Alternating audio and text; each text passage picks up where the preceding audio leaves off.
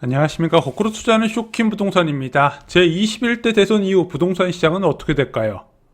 오늘 부동산 시장의 단기 전망과 장기 전망에 대해서 말씀을 드려보겠습니다.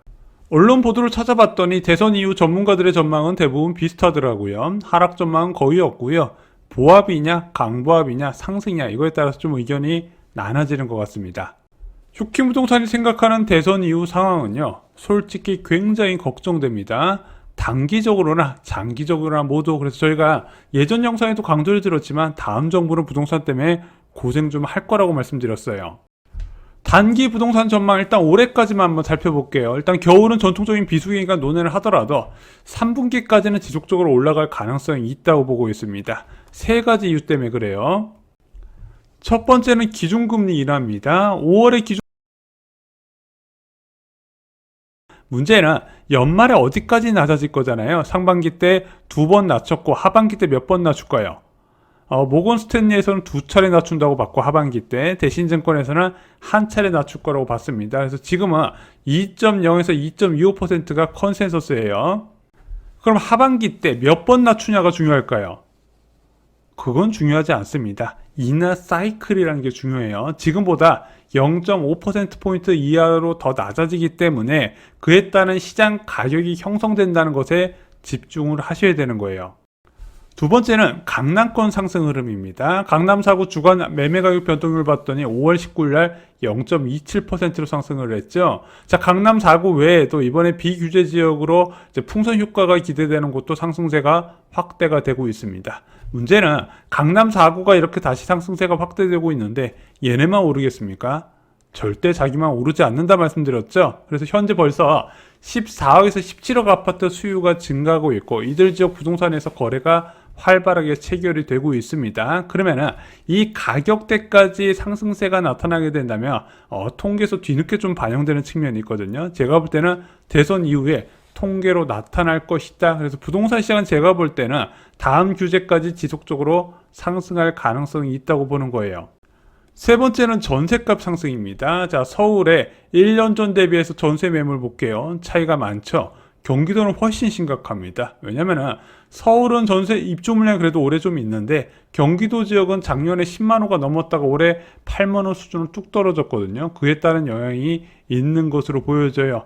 일반적으로 계절적 요인에 따라서 날씨가 더워질수록 전세값이 올라가는데 금리도 낮아지고 그리고 매물도 줄어들다 보니까 이게 또 무주택자를 움직이는 키가 될 가능성이 커 보인다는 겁니다. 왜냐면 전세대출 금리가 낮아지면서 수요는 갈수록 늘어날 거거든요. 지금 전세대출 금리가 3.48%까지 떨어지지 않았습니까? 근데 아까 기준금리 떨어진다 말씀드렸잖아요. 기준금리가 떨어지면 제일 먼저 예금금리가 하락하거든요.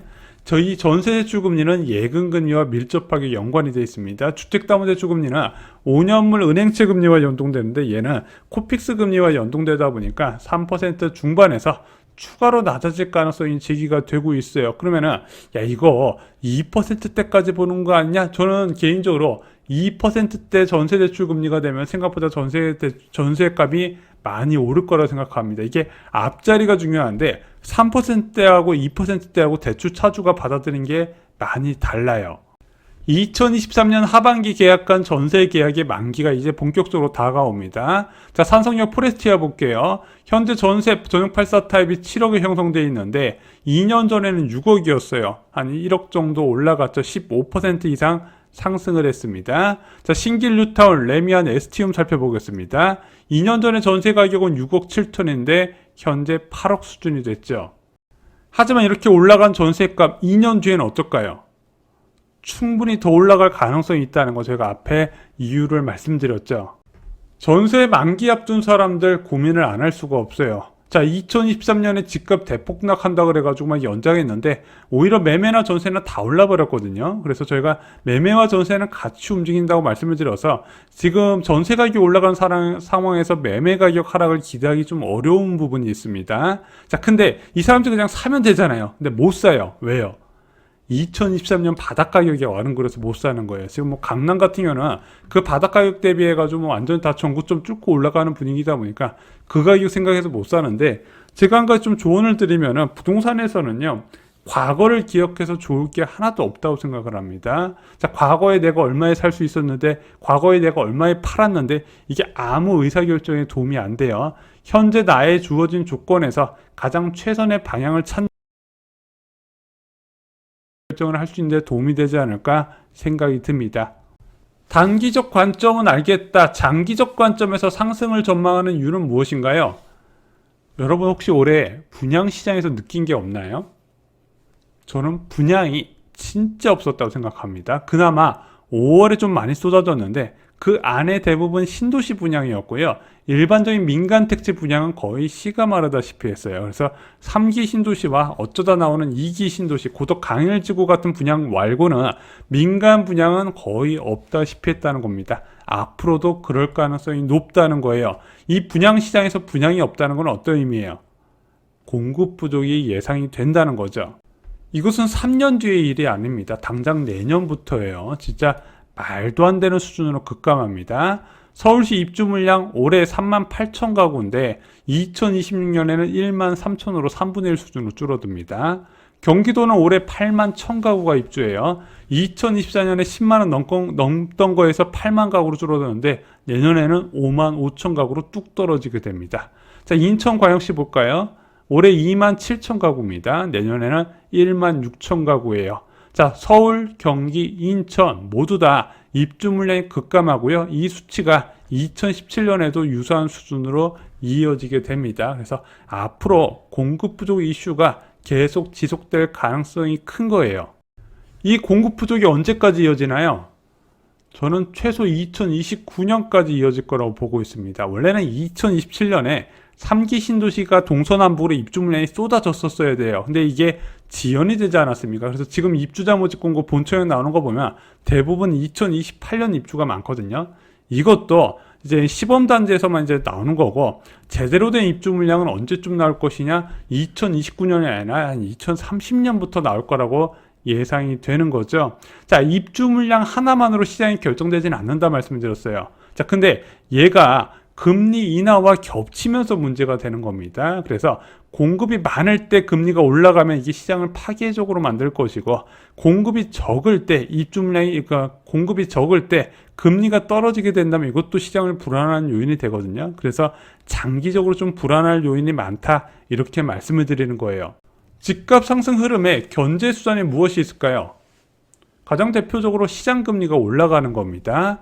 자, 두 가지 방법이 있겠죠. 물가가 올라가면서 기준금리가 올라가고, 기준금리가 올라가면서 대출금리가 올라가는 2022년 같은 상황을 기대할 수 있는데, 일단 이런 식으로 물가 상승에 따른 금리 인상을 기대하기 위해서는 1년 전 대비 원자재 가격부터 많이 올라야 되는데, 지금은 1년 전 대비 원자재 가격이 많이 급락한 상황이죠.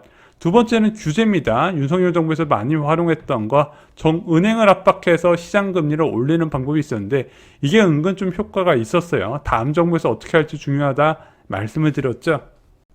다음은 부동산 규제입니다. 자, 수요를 좀 억제시키는 거예요. 어떤 수요? 먼저 투자 수요를 억제시키고, 투자 수요 억제만으로 안 되면 이제 실수요도 억제시키는 정책을 내세우게 됩니다. 다만 이 부동산 규제는 그 기간에 유효기간이 있다 말씀드렸어요. 일시적 효과만 있다는 점. 그래서 부동산 규제가 아무리 세게 나오더라도 사람들은 집값이 오를 거라 기대하면 수단 방법 가리지 않고 사더라. 2020년 710 부동산 대책 이후에 제가 배운 교훈이었습니다. 이런 견제 수단이 있다는 거 알고 계시면 좋을 것 같습니다.